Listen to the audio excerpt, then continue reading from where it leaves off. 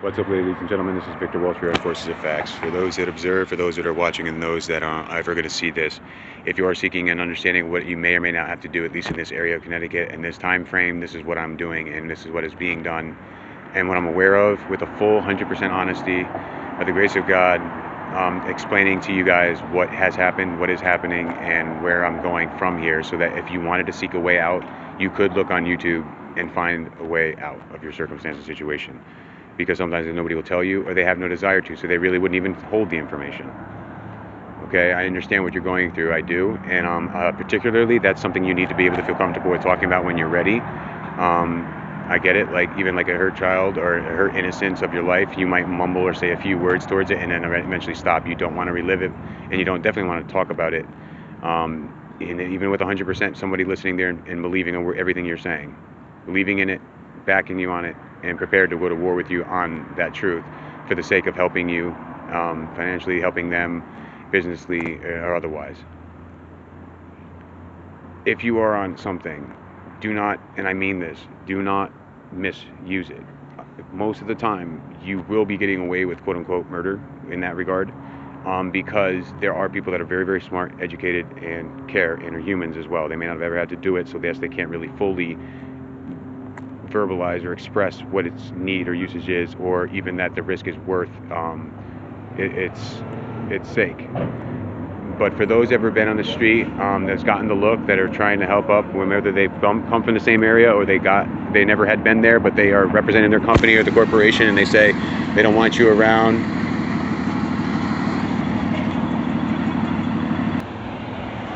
Real life. All right, so again, listen to what I'm saying and understand it. There's not a difference of opinion or a difference of any kind of class structure or otherwise. If you're using it for a reason, like for example, having been harmed, psychological issues or otherwise, there are some things you can only do with the necessary of an absolute need to maintain something that anybody can trust and really be willing to help you with. Because other than that, you're not just a liability, you're uncomfortable, you're not welcome, you're not worthy, not even because of the kindness of people's hearts, but because that will literally debilitate their absolute comfort that they are indeed working for, their families have worked for whatever, etc., etc. If you have injuries and pain and you are seeking usage of downers, quote unquote, or things for opioids, it is not to get high on. It is used for injuries that are sustaining and chronic. Just because people are doesn't mean that it's whatever. And even though it is, again, people are not just making this up and pushing it out there for no reason. There is a need for it, that in case there was something you go to directly and ask somebody by paper, by professionalism or courtesy otherwise, and say, I need this because of this, and they don't give it to you, but you are, or have another doctor's opinion or something that's told you that, hey man, this is happening to you and this is what's real, and the other ones don't see it, they don't notice it or otherwise, you're not going to go without just because of a shameful connotation, okay? That means someone giving you a label, that person's just or this or whatever. You need to have something stable, and I recommend, again, trying over and over again until you do find the right doctor, but take your frustration as what it is. Do not seek it for pleasure, because your time on the street, you will run over your hours. You will stay up for days or sometimes more, and then therefore maintaining a healthy, conscious dose, not being distracted by other people's conversations or things happening or going, that you don't pay attention to it, and then of course you obviously slip into the great beyond. You don't want that. Just like any other medicine or any other use, you want to be able to grow, develop, and feel comfortable and usable. You want to be able to be of use to other people, and you want to be able to know you can rely on yourself. You can't be lifting up shit or grabbing something if you don't have any thumbs, right? Like, no matter what you do. So acknowledging that and still having and leading towards your identity is going to matter. Okay, this is just a fact. Once maybe you were a great construction worker, a great truck driver, but then you hurt your knee, playing with your kid or your dog or something, and now you can't drive or work for whatever, and eventually you start succumbing to usage of that, etc. Manage, respect yourself, and be responsible for that respect. People would respect it if they understood you were using properly, and you are, because they don't want to lose you. They don't want to put any investment or care into you, thinking that you're just going, oh, la-di-da-di, I'm gonna fuck everything up, I'm fucking angry and I'm aggressive and hate the world, so I'm gonna do this shit, and then all of a sudden puking everyone passing out in their house, not being able to stand up. It's embarrassing to you and it's embarrassing to them, and it proves a point.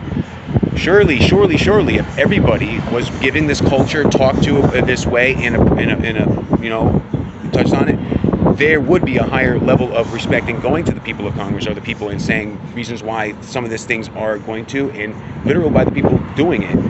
The test dummy is the one who has the answers. They're the ones who are the test dummy. If they never do it and they say, well, that stuff has killed people, yeah, so is a lot of things. And nobody wants to do it for that. But again, the state of the mind matters too, my friends. If there's somebody out there that you're hanging on with and you're saying, I'm just doing it for this, and they're like, oh, well, bro, we're going to get bundles and shit, and you don't need to be running around and doing any of that, don't do it. You don't need to. Because some of these people literally idolize the death. They say the closer they get to death, the more alive they feel. I don't get that, because the more alive I feel, the more love I have to give, and the more love I give and receive, the more alive I feel that I've gotten. So I believe the same thing should be applied to you. Don't you agree? Love yourself, pay attention to your usage, pay attention to your days, because they do run together, and if you are high on it, you don't pay attention to that. And then also you get numb. And then when you're numb, guess what happens? You can't sense how much is too much or what is happening. And before you know it, frothing at the mouth, falling on the ground, going, and then your friends got to go, bro. If you all think you're getting together to smoke a blunt and you're having a good time and laughing and joking, that's because you're alive and able to witness it and remember it. If you're not going to remember it, you're not really fucking making any developments or otherwise, you are proving why this shit, those people that are doing these great unquote favors for you to bring this stuff to you, whatever, they're proving that they deserve to be punished for hurting you, for hurting another person. Doctors giving you medication should not imply that you're going to misuse it, no matter what you've been through or what you've done. So the same thing should apply with these people. Some of the dealers don't care. I get it. Give me your money, get the fuck out of here. But at the end of the day, there's some that are like, bro, you know, are you okay? Some of my close friends there have some major issues, life-threatening and life, short-term, like a better word, like cancer. Okay, and my friend has cancer, brain cancer, and uses as well. And the thing is, I know that she's smart and she's capable, and she does have a place, so she doesn't have to feel the need to run around a race or be spied on. That makes her feel like, uneasy or not safe about it, So it's different for like in the situations of her and I. But I have so many chronic illnesses, from polyps in my throat to fucking shin splints and bone fragments in my body, literal fucking chronic and neurological damage and pain. I've gotten, I have asthma and other stuff like that. I'm going to put all of my documents on this right now, just while I'm explaining to you. And I've had bronchitis, walking pneumonia, shit like that has affected my lungs the way I feel.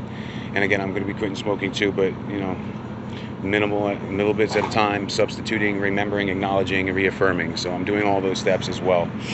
I promise you guys, by the time I'm on here documenting daily and having other uploads and stuff like that, or every couple times a week, I'm going to be in a much, much better place. And the whole stories of this stuff will not seem like a bad dream, but I will label out with much more detail, respects towards the people, even the people behind the scenes that were watching and monitoring me, though I hate that lack of acknowledgement towards, my own safety. If I'm saying I'm feeling uncomfortable, I'm feeling hurt and whatever, it's giving me nightmares, I'm feeling this, I can't shut off the noises and all this other kind of stuff because, cops are monitoring homeless and trying to see what's what or seeing whether or not whatever.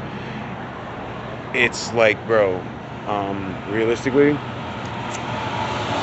consequences, but I still wish to thank them for at least putting their eyes on and trying to do anything good for the world, trying to keep people safe in the quietest places, I guess you could say, or the darkest places in which there is no people, being able to maintain that eye of the safe. But I'll talk about that a little bit deeper, about how I felt towards that stuff and what has happened in that regard. But again, thank you for making notions towards keeping our communities, kids, and our people safe. Again, my safety issue is more about my psyche and my emotions from all the things and trauma and post-traumatic stress from the things that have happened to me. The questions I have for answers, I'm a little bit afraid of getting the full answers to and regressing.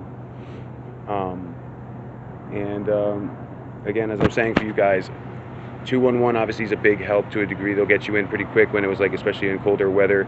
I don't know what's going to happen in the meantime about asking for housing and stuff. I'm going to call Rob at the town hall to see what he can do. He says about assessment, I think, and it could be something in the next day.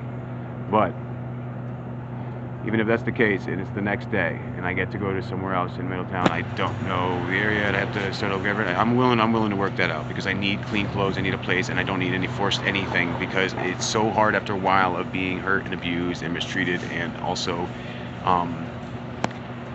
collective in terms of identity. I don't think so much I'll be able to pick up pieces. I think what I'll be able to do is accept, love, and acknowledge more of it enough, heal from it as much as I can, talk to some people about that stuff as well, but then evolve and literally start new, hold on to my greater skills and strengths and new information and abilities, and then start new. Start with a whole new identity. If I'm just going to be the stock guy from whatever someplace, I'm going to be that, and then collect the other stuff to remake that along the lines, because that is deserved of me. It's like you take a path to become a train conductor, but then you realize, I really don't like that, or I can't do it because of something that happened or whatever.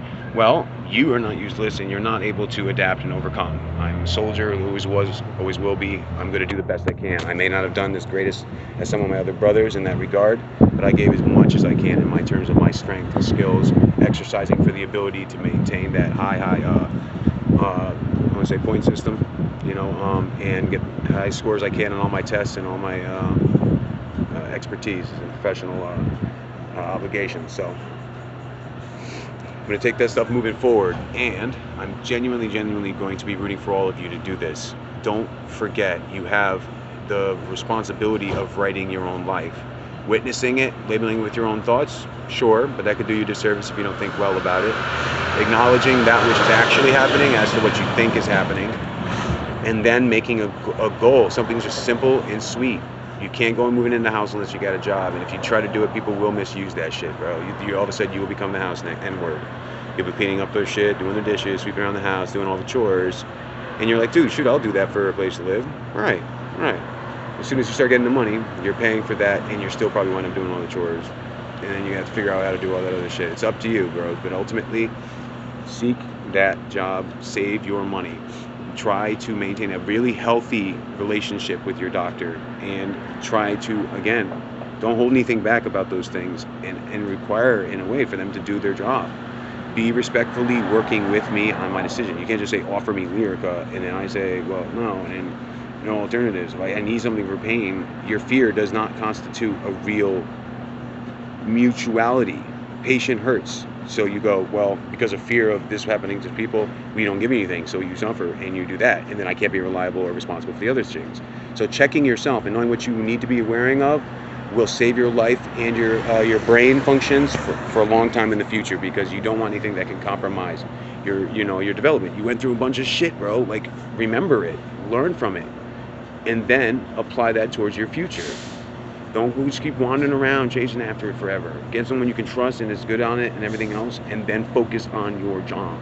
Because if you can't run without crutches, and this is your crutch, you take that shit and you get in line with the rest of the world, and you let them know you're here no matter what.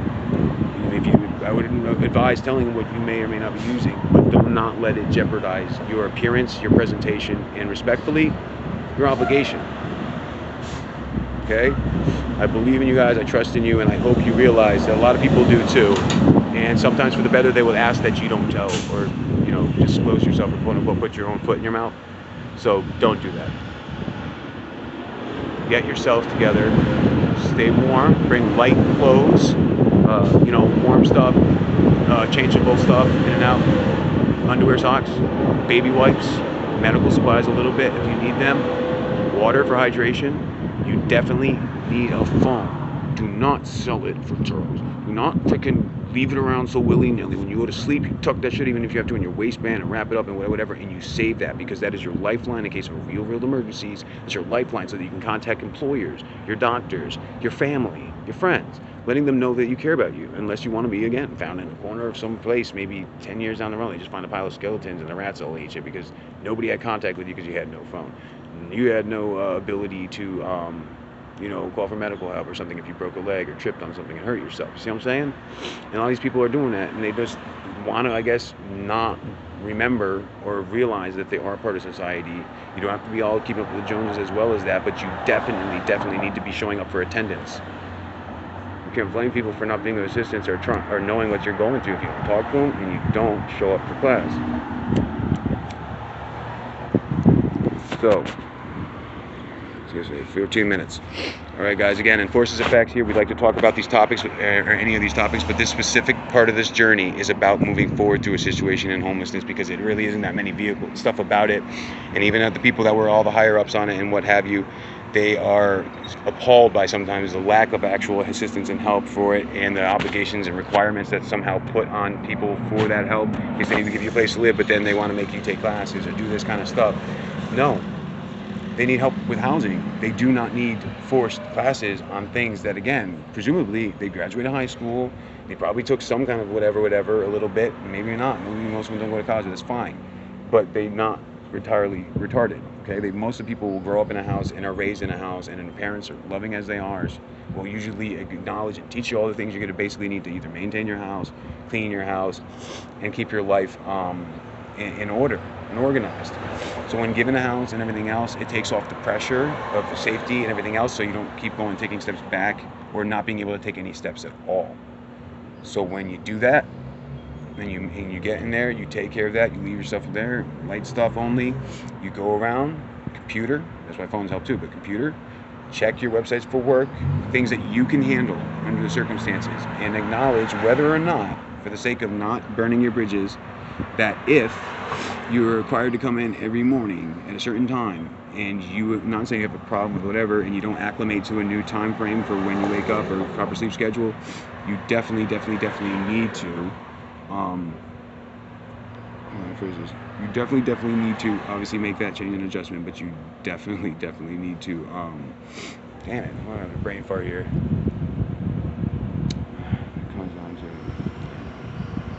Yeah, having that place and everything is a major big deal, again. And check your surroundings, do a little bit of a map kind of thing of what you got going on in the area. This is a couple of jobs that you will maintain, apply to, and make contact with the employer, so that you can keep in touch with them and letting them little bit by little bit know who you are as a person. So, because it's not really sometimes always about your skill. There's some people who had no skill towards the job at first, but they get in there and they're fine. It's more about knowing that they can talk to you, they can put on the proper presentation for the employees and corporate or whoever, and you are a good, likable character, because presumably they're going to spend a lot of hours with you, a lot of time with you. So be that guy. If you are all of a sudden all flighty, you can barely be there when you're even there at work because you're too busy off of whatever, prepare your stuff in advance, keep your rubber doses and stuff like that, and never let it jeopardize you. You cannot be swaying around going, oh, like this, like at work or doing whatever, and then act like, well, I don't understand why they fired me, or I don't understand why they didn't like me, or blah, blah, blah. It's like, well, bro, it's like you show that you let yourself go. Like, it shows that you literally have no presentation for your representation, your self-representation.